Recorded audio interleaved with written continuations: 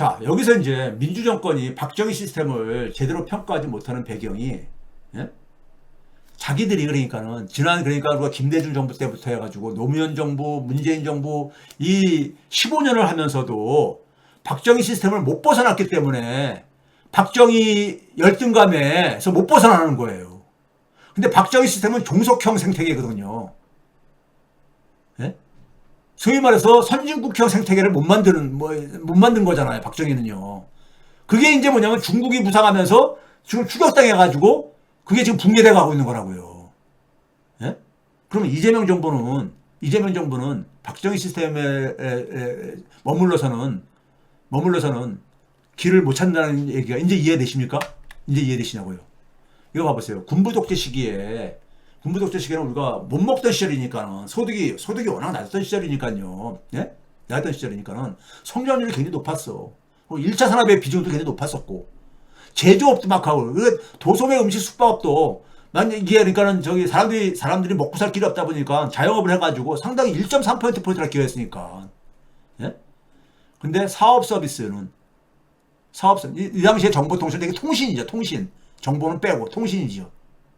예? 근데 굉장히 낮았어. 예?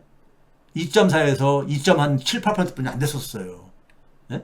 그러니까 굉장히 그러니까는 워낙 경제 사이즈가 작은 상태 속에서 그러니까 제조업의 외형이 커지면서 만들어낸 그러니까는 높은 성장률이었던 거예요. 그 상황 속에서 일자리가 마땅하게 소득이 증가하고 그러다 보니까는, 예? 소득이 워낙 낮은 상태 속에서 소득이 증가하다 보니까는 자영업도 먹고 살만 했던 것이고요. 예? 비슷하게. 그런데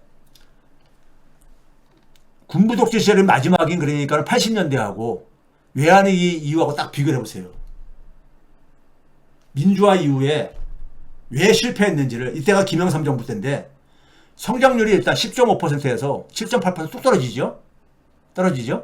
서비스 부분도 떨어지고 사업 서비스, 그러니까 소위 말해서 이 당시에 IT 혁명, 인터넷 혁명 이런 것들이 막 일어나고 그럴 때였었어요. 근데 사업 서비스도 개선이 안 되어지고 정보도 뭐 크게 개선이 안 되어집니다. 조금 알죠? 나머지 부분 되게 다 추락하고. 그렇죠? 그러니까 굉장히 그러니까는 민주화 이후에도 박정희 시스템의 그러니까 유산을 그대로 그러니까 지속이 되어지는 거예요. 그 결과가 제조업의 고용이요. 개발 독재 시절에 소위 말해서 박정희 때는 제조업의 일자리가 7.9%에서 한 28%까지 이렇게 만들어낸 거예요. 군부 독재 시절 때. 100명 중에서 8명에서 한 28명까지 끌어올린 거야.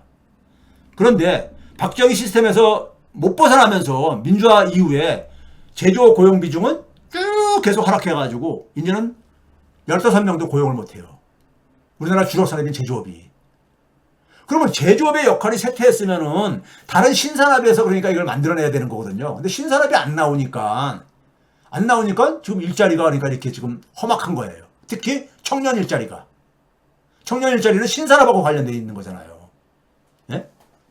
저희 세대가 농업보다는 새로운 신기술 쪽으로, 소위 말해서 이런 걸 선호했었듯이 신기술 쪽으로 관련인데 신기술 쪽에서 새로운 일자리가 안 나오는 거야.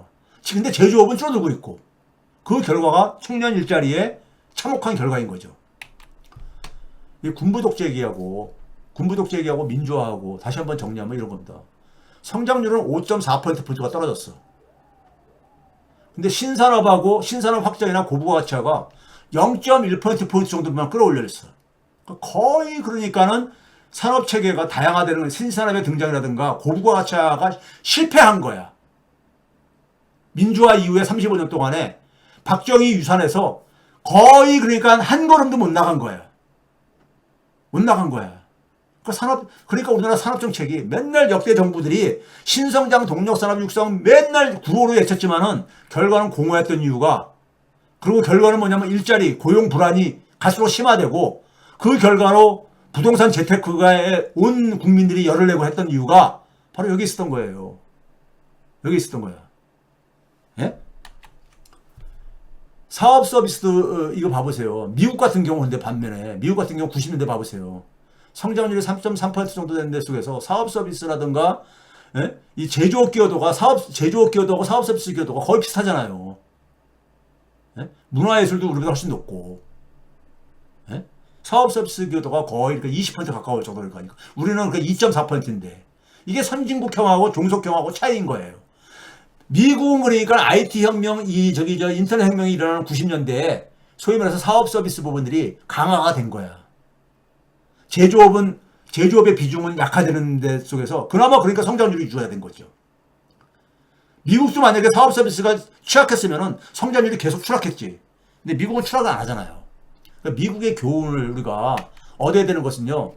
이재명 정부가 이번에 AI 아까 동맹을 얘기했었는데 이게 미국의 경우입니다. 미국이 앞에 우리나라 똑같은 시기를 대비했을 때 보게 되면은 외환위기 전에 3.5% 성장률에서 이 코로나 팬데믹 전까지 2.4%로 하다가 코로나 팬데믹 이후에 2.5%로 다시 반등을 합니다. 반등을 하는 그 과정에서 결정적인 역할을 한 게 제조업은 계속 추락하잖아요. 미국 제조업이 이제는 그러니까 경쟁력, 성장을 만들어낼 수가 없는 거야. 예? 일본한테 한국한테 추격당하고 그러다 보니까는 예? 미국에 와서 제조업 공장 만들라고 막 그러는 거 아닙니까 트럼프가. 예? 우리가 지금 중국에서 추격당하는 것도 그것도 불가피한 거예요. 측면이 있는 거야. 그 대신 뭐냐면 우리는 새로운 산업으로 가야 되는 거지. 그리고 기존 산업을 고부가 가치로 바꿔야 되는 거지. 근데 미국은 신산업, 정보 서비스 부분이 계속 강화가 되고 있잖아요. 0.2에서 0.3, 0.4로 계속 강화되고 있잖아. 사업 서비스도 강화가 되고 있고요. 그러니까 이게 바로 뭐냐면 산업 생태계가 있는 나라하고 산업 생태계가 종속되어 있는 나라하고 차이인 겁니다. 차이인 거예요. 이재명 정부가 AI로 인해서 산업 재편을 할 때 이거를 못 만들어내면요. 다 빚 좋은 개살구입니다. 예? 성장률 추락은 못 막아요. 이거 봐보세요. 제조업의 성장 기여도가 절대적인 성장 기여도가 오렌지 색깔이 미국입니다. 미국도 추락하고 한국도 추락하는데 한국의 추락이 굉장히 빠르잖아요. 우리가 압축적으로 그러니까 산업화를 한 대신에 탈산업화도 굉장히 압축적으로 진행되는 거야. 제조업에서 더 이상 그러니까 성장을 못 만들어내는 단계로 가고 있는 거야. 지금 우리가요. 미국을 빠르게 쫓아가고 있는 거야. 그러면 제조업의 공백을 메꿀 새로운 산업을 만들어내야 되는 거잖아요. 근데 그걸 지난 민주화 이후에 못 만들어낸 거야. 못 만들어낸 거야. 솔직히 우리가 인정해야 되는 거예요. 그리고 그나마 제조업을 고부가치화도 못 시킨 거야. 그러니까 미국은 이 성장 기여도 하락 속도가 그나마 적은 거야. 기울기에서 딱 보이잖아요. 고부가치화 시켰으니까. 한국의 제조업의 절대적인 성장 기여도는 굉장히 빠르게 추락하고 있잖아요. 상대적인 기여도도 봐보세요. 상대적인 기여도는 성장률이 워낙 낮은 상태 속에서 하다 보니까 제조업의 거의 그러니까 3분의 1을 여전히 그러니까 차지하고 있어. 근데 절대적 기여도가 줄고 있는 상태 속에서 이게 무슨 의미가 있어? 이 상대적 기여도가 높은 게 좋은 게 아니지. 성장률이 떨어지는 상황 속에서니까요. 예? 정보 서비스를 봐보세요. 우리가 IT 막 강국이라 이런 걸 했는데 미국은 계속 올라가고 있는데 성장 기여도가 새로운 산업 생태계로 넘어가고 있다는 얘기지. 미국은요. 그래서 우리는 못 넘어가고 있는 거야. 계속 오히려 그러니까 후퇴하고 있는 거죠. 예? 정보 서비스에 그러니까는 성장 비중이 우리는 그 외환위기 이후부터 멈춰져 있는 거야. 거의 지금까지니까요. 산업 체계를 전환하는데 실패한 거예요. 역대 정부들이 그러니까 뭐 노무현 정부도 그러니까 10대 신성장 동력을 육성한다. 이명박 때는 17대 뭐 이렇게 쭉 하고 문재인 때는 그러니까 플랫폼 산업 육성한다 했는데 다 구호였던 거야. 구호요. 이게 끔찍한 겁니다. 사업 서비스 봐보세요. 우리는 계속 추락하고 있는데 미국은 올라간다는 얘기는 고부가치화에 성공하고 있다는 얘기인 거거든요. 고부가치화에. 예? 기술 혁신에 따라서 고부가치화를 그러니까 하고 있다는 얘기거든요. 예? 이게 상대적인 비중입니다. 미국은 계속 올라가잖아요. 예? 우리는 오히려 추락하고 앉아 있고. 자, 문재인의 여러분 디지털 뉴딜이라고 기억나세요? 그 당시에도 뭐냐면 DNA를 내쳤습니다. 말은 좋잖아요. DNA, 데이터, 네트워크, AI를 바탕으로 해서 전 산업에다가 디지털을 입히겠다 이거야. 그래서 똑똑한 스마트 대한민국을 만들고 그래서 한국판 뉴딜 프로젝트를 추진했잖아요. 예? 디지털 뉴딜 이렇게 해가지고요. 예? 그래가지고 했는데 이 디지털 전환의 결과를 지금 우리가 앞에서 봤듯이 앞에서 봤듯이 뭐가 진행된 게 있냐 이거예요. 그래서 일자리도 그러니까 엄청나게 창출하겠다. 뭐 이런 얘기를 막 올렸었어요. 예?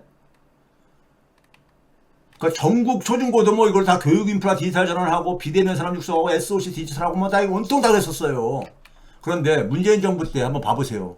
성장률이 2.6% 정도 됐었습니다. 근데 1차 산업은 성장 기여도가 0 멈췄어요. 예? 농업이 그러니까 더 이상 성장 기여를 못하고 있는 거예요. 제조업이 0.7, 건설업이 사실상 멈춘 거죠. 0.0이니까요. 서비스업이 1.7뿐이 안 돼. 예? 근데 밑에 한번 보세요. 정보통신이 0.24로 아까 박정희 때 0.24하고 똑같잖아. 군부 독재 시절에도 0.24였었거든. 사업 서비스는 더 오히려 줄어들었고. 예? 문재인 정부의 혁신 성장의 결과가 이거예요. 보여주는 게. 예? 산업별 연평균 성장 기여도나 이게 한국은행 자료로 가지고 집계한. 예?